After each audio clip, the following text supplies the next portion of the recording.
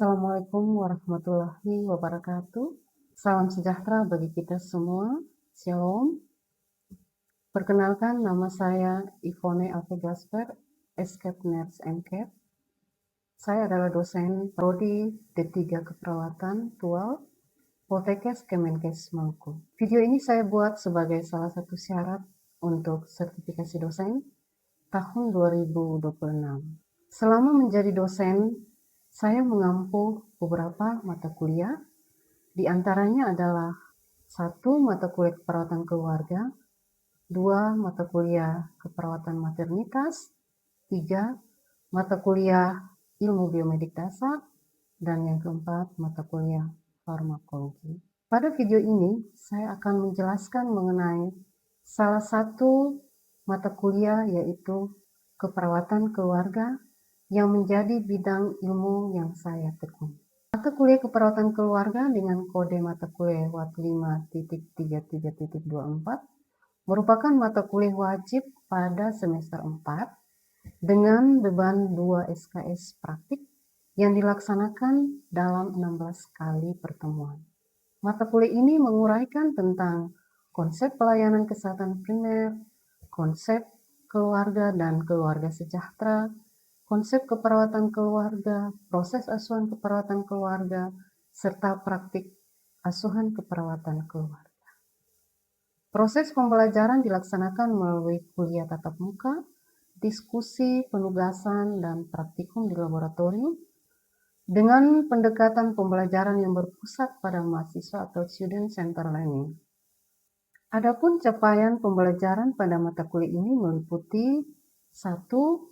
Mahasiswa mampu menguraikan konsep pelayanan kesehatan primer dengan materi pelayanan kesehatan perorangan primer, pelayanan kesehatan masyarakat primer yang meliputi pelayanan kesehatan masyarakat di tingkat desa atau kelurahan dan tingkat kecamatan.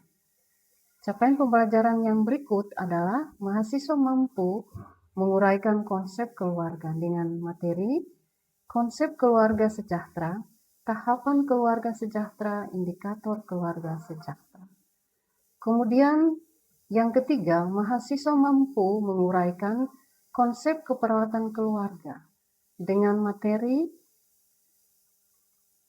atau sub CPMK adalah pengertian keperawatan keluarga, tujuan keperawatan keluarga, ruang lingkup keperawatan keluarga, model konseptual keperawatan keluarga, yaitu teori Friedman, kemudian tren dan isu keperawatan keluarga, evidence-based practice dalam keperawatan keluarga, dan manajemen sumber daya keluarga. Yang keempat, mahasiswa mampu menguraikan asuhan keperawatan keluarga dengan materi pengkajian keperawatan keluarga, diagnosis keperawatan keluarga, perencanaan keperawatan keluarga, implementasi keperawatan keluarga, evaluasi keperawatan keluarga, dan dokumentasi asuhan keperawatan keluarga. Yang kelima, mahasiswa mampu mempraktikkan asuhan keperawatan keluarga yang meliputi pengkajian keluarga, diagnosis keperawatan keluarga, perencanaan keperawatan keluarga, implementasi keperawatan keluarga, evaluasi keperawatan keluarga, dan praktik dokumentasi keperawatan keluarga. Selanjutnya, di dalam penilaian capaian pembelajaran pada mata kuliah ini dilakukan secara berkelanjutan melalui beberapa komponen, yaitu penugasan dengan bobot 84%, kuis dengan bobot 6%, dan ujian praktikum sebesar 10%. Seluruh komponen penilaian dirancang untuk mengukur ketercapaian kompetensi mahasiswa sesuai dengan capaian pembelajaran mata kuliah. Pada video kali ini, saya akan memberikan perkuliahan sesuai dengan RPS, yaitu pertemuan kelima dengan pokok bahasan konsep asuhan keperawatan keluarga, sub pokok bahasan pengkajian keperawatan keluarga. Berikutnya saya akan menyampaikan proses belajar mengajar yang dilaksanakan dengan mahasiswa di kelas.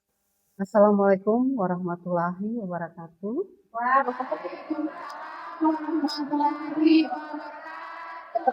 Selamat siang, salam sejahtera bagi kita semua. Shalom.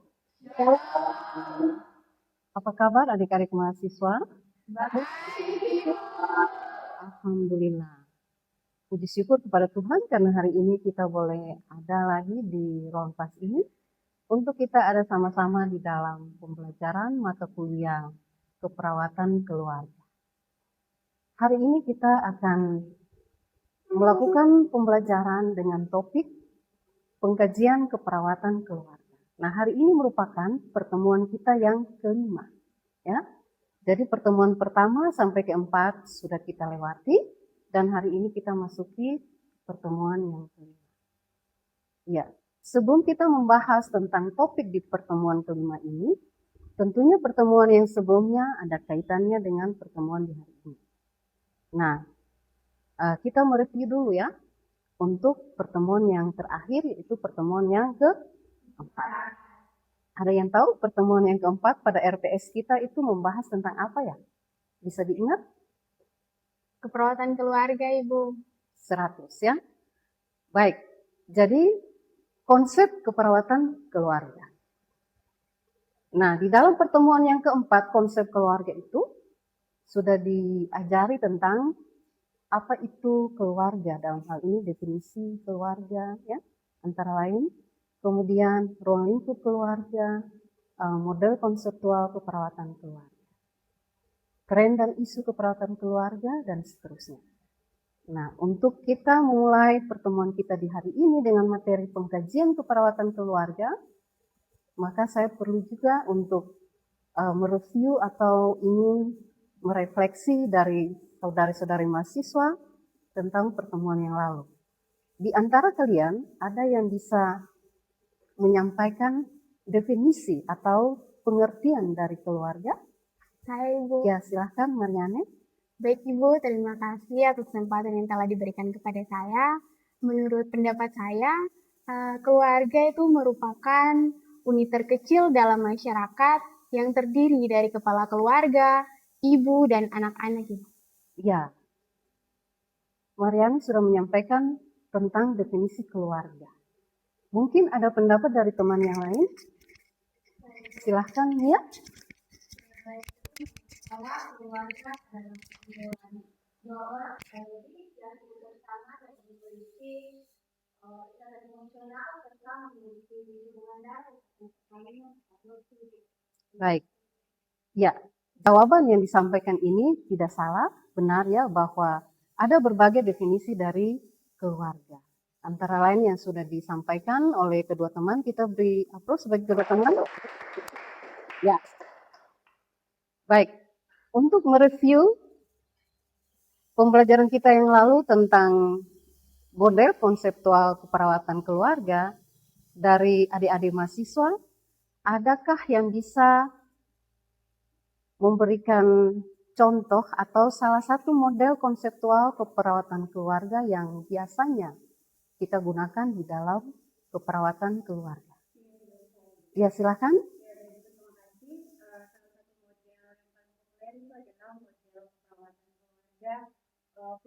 Ini dia berbicara tentang atau dia melihat tentang keluarga sebagai satu kesatuan yang utuh. Baik. Ya, kemudian menyambung dengan yang disampaikan tadi, keluarga merupakan satu kesatuan yang utuh.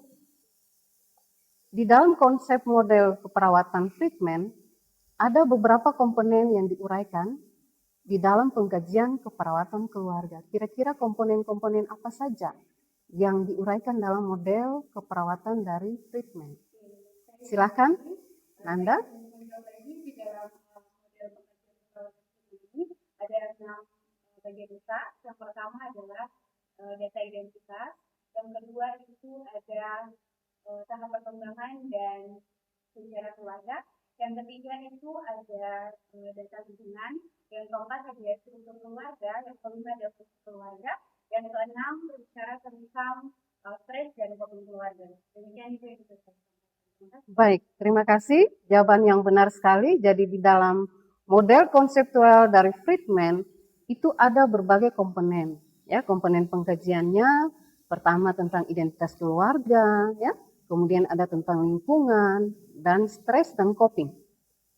Banyak sekali komponen di sana yang nantinya akan menjadi acuan untuk kita sebagai perawat di dalam melakukan pengkajian keperawatan keluarga. Untuk itu kita akan masuk lagi dengan pertemuan kita di hari ini, yaitu tentang konsep asuhan keperawatan keluarga dengan topik yang pertama, subtopiknya adalah pengkajian keperawatan keluarga. Jadi pada prinsipnya di dalam tahapan asuhan keperawatan itu semuanya sama. Ya, jadi ada berapa tahap? 5. Yang pertama pengkajian,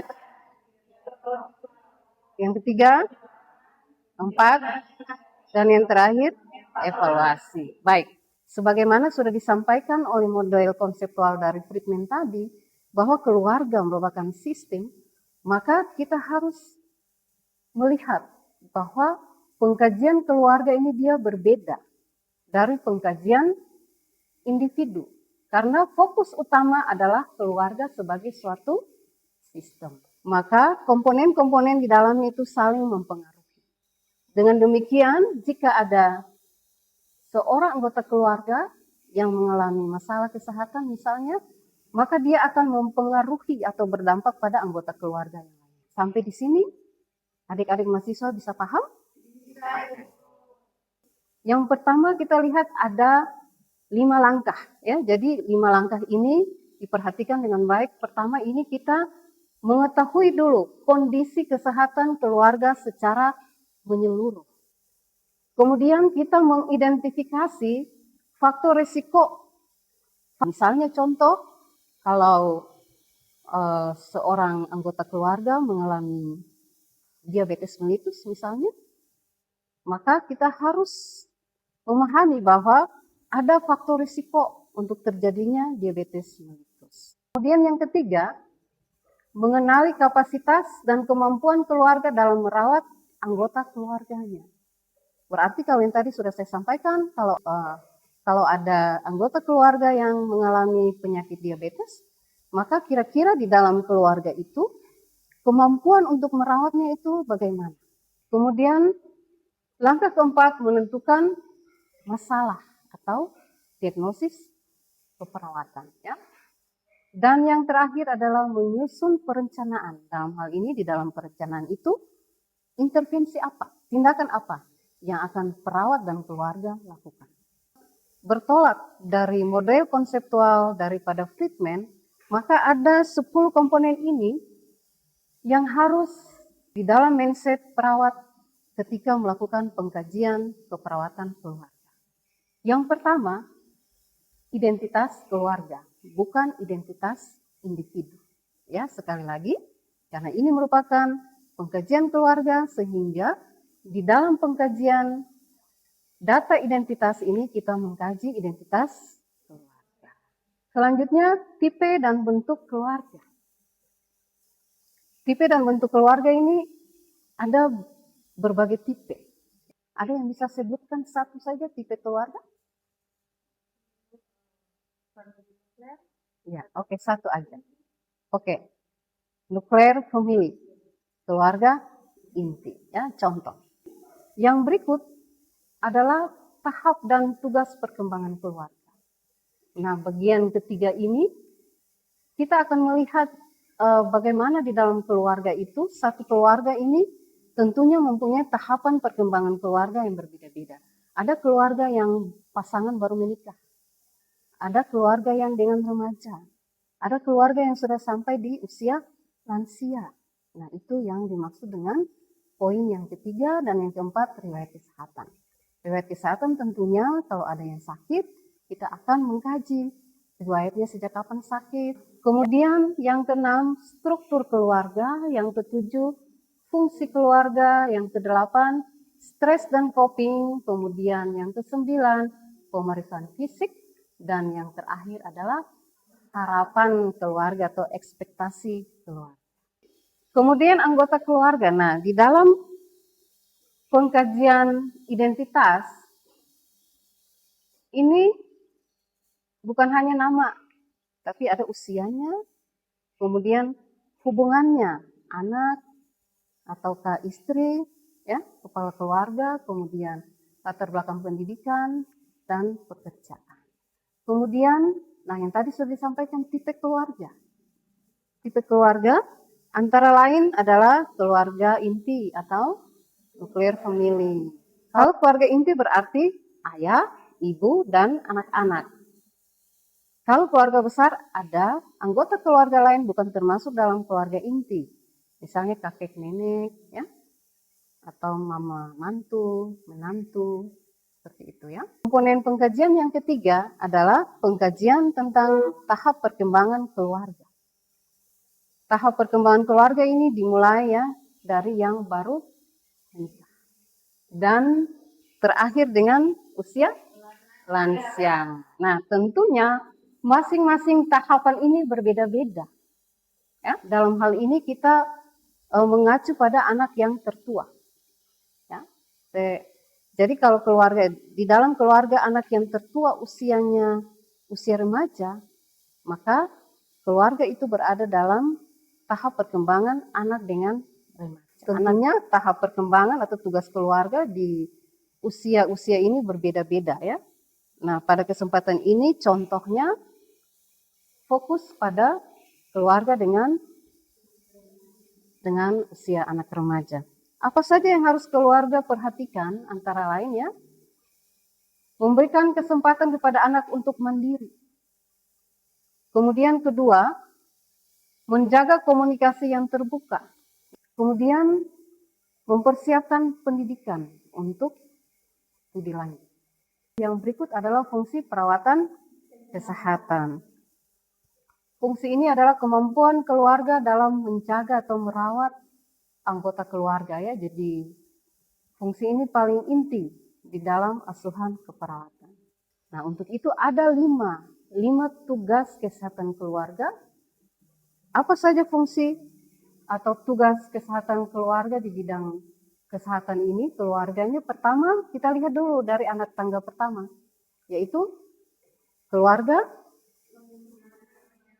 ya mengenal masalah kesehatan. Menilai kemampuan keluarga mengenal masalah kesehatan. Jadi dia mampu mengenal secara dini masalah yang muncul. Kemudian yang kedua adalah memutuskan untuk merawat. Ya. Jadi setelah mengenal, apakah keluarga diam saja? Sudah tahu diabetes nih, sudah tahu batuknya sudah 3 bulan tidak sembuh-sembuh. Jangan kan 3 bulan, 2 minggu ya, tidak sembuh-sembuh. Tidak ada upaya untuk mencari pengobatan. Kemudian yang ketiga adalah merawat. Perawatan apa yang akan keluarga berikan bagi anggota keluarga yang sakit. Kemudian yang keempat adalah memodifikasi lingkungan. Ya, jadi kemampuan memodifikasi lingkungan rumah untuk mendukung pemulihan. Keluarga harus mampu untuk memodifikasi lingkungan, membuat lingkungan nyaman, lingkungan fisik maupun lingkungan psikologis. Ya, jadi adik-adik mahasiswa tidak boleh terikat hanya bahwa memodifikasi lingkungan itu lingkungan fisik, rumah bersih, tapi lingkungan fisik juga yang harus kita nilai. Apakah keluarga memberikan kenyamanan psikologis bagi anggota keluarga yang sakit? Ya kan?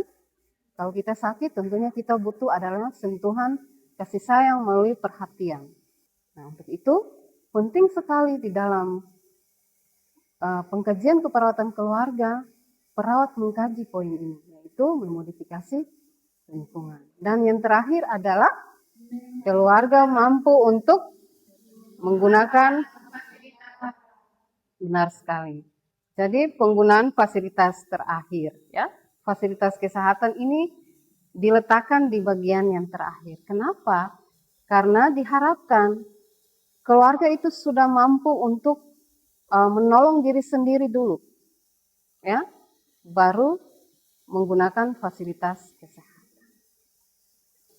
Teknik pengumpulan data kita bisa menggunakan metode wawancara, Kemudian juga metode apa? Observasi. Kemudian metode dokumentasi.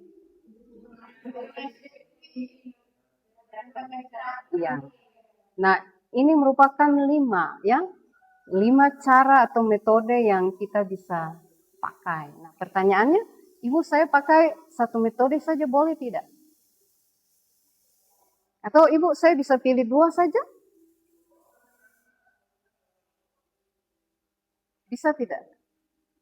Ya, jadi kelima metode ini kita akan gunakan ya di dalam pengkajian keperawatan keluarga.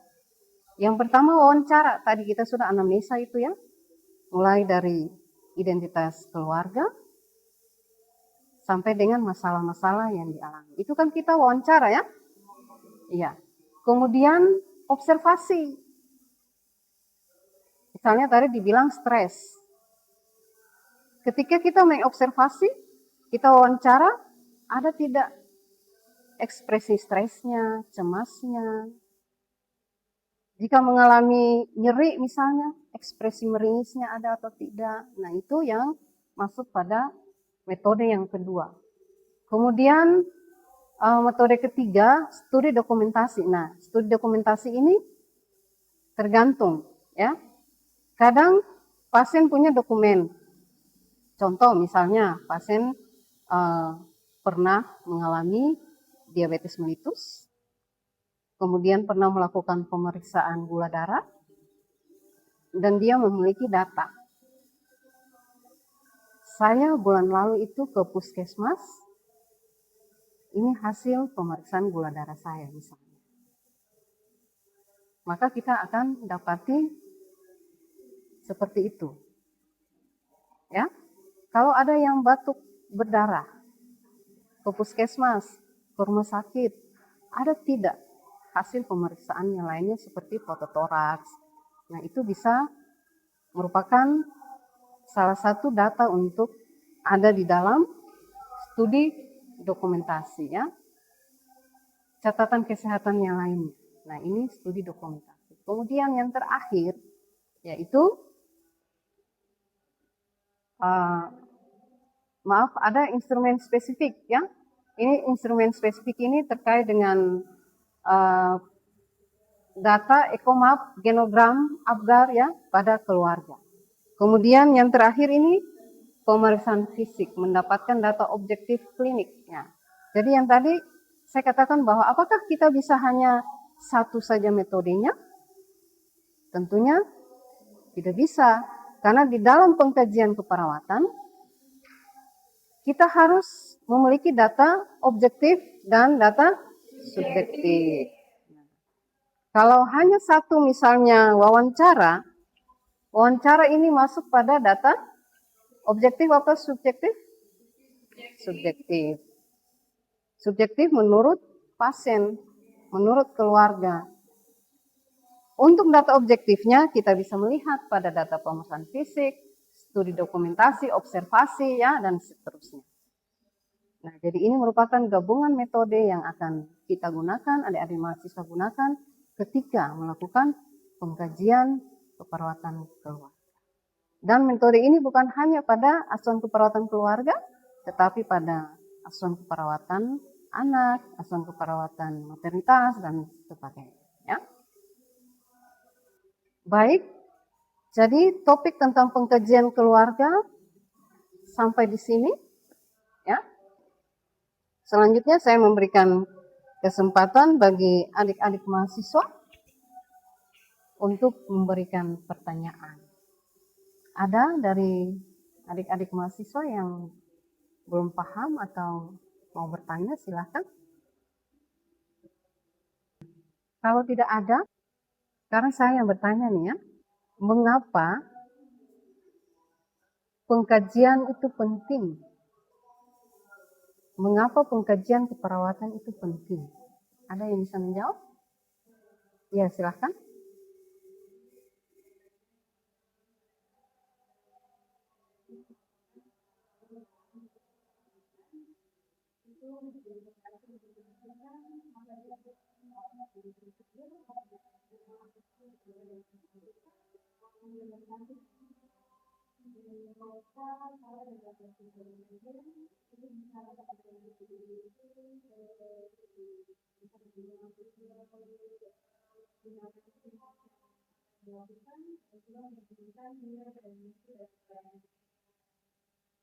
Iya, benar sekali jawabannya ya. Jadi teman kita Hana sudah menjelaskan tuh bahwa pengkajian itu merupakan tahap awal. Sehingga sesuatu yang kurang baik di awal itu berdampak pada akhir. Demikian ya. Jadi kalau kita salah untuk menginterpretasi data atau ketika wawancara kita salah ataupun kurang data-datanya, maka akan mempengaruhi di dalam kita menentukan masalah apa yang akan masalah yang terjadi pada keluarga dan perencanaan kita selanjutnya untuk mengatasi masalah tersebut. Jadi pengkajian itu sangat penting ya, karena dia merupakan tahap awal. Ada yang mau bertanya? Silahkan. Ya, silahkan.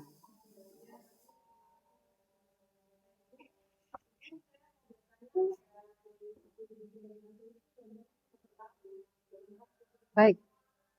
Tadi sudah disampaikan ya, bahwa ada 5 ya, ada 5 toolkit ya, atau metode di dalam pengkajian.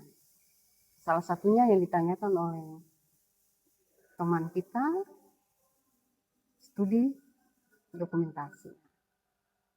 Mungkin ada dari adik-adik mahasiswa bisa menanggapi atau menjawab pertanyaan yang diberikan oleh teman Anda. Silahkan. Yes, silahkan.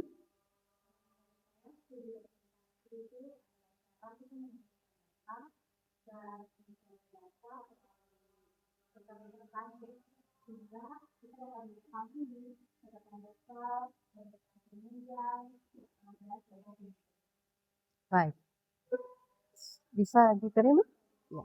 Jadi sekali lagi bahwa studi dokumentasi itu bisa kita memperoleh data dari dokumen, ya. Namanya juga studi dokumentasi. Dokumennya dari rumah sakit, dari tenaga kesehatan yang tertulis, ya. Terima kasih untuk pertanyaannya. Masih ada lagi pertanyaan dari adik-adik mahasiswa?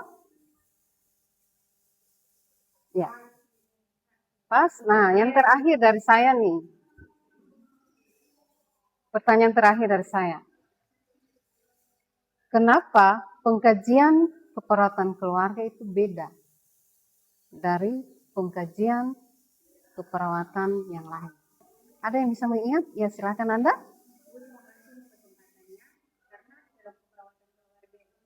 Ada unik atau sistem.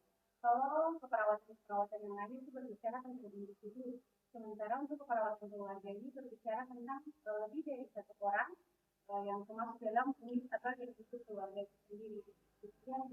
Baik, kita beri aplaus buat Nanda. Ya. Jawaban yang diberikan oleh Nanda merupakan kunci ya dari materi kita di hari ini. Ya, jadi untuk pengkajian keperawatan keluarga dia beda dari yang lain karena yang tadi sudah disampaikan bahwa di dalam kita melakukan pengkajian keperawatan keluarga, kita melakukan pengkajian secara sistem. Kita melihat secara sistem bukan dari individu. Oke? Ya. Dengan demikian, materi kita untuk hari ini sampai di sini. Terima kasih untuk semua yang diberikan perhatiannya dan mohon maaf jika dalam penyajian materi ini ada kesalahan dan semoga materi ini bisa memberikan motivasi, menambah pengetahuan bagi adik-adik mahasiswa di dalam melakukan pengkajian dan juga secara umum bisa menambah wawasan bagi kalian sebagai calon-calon perawat masa depan. Kita beri aplaus bagi kita semua.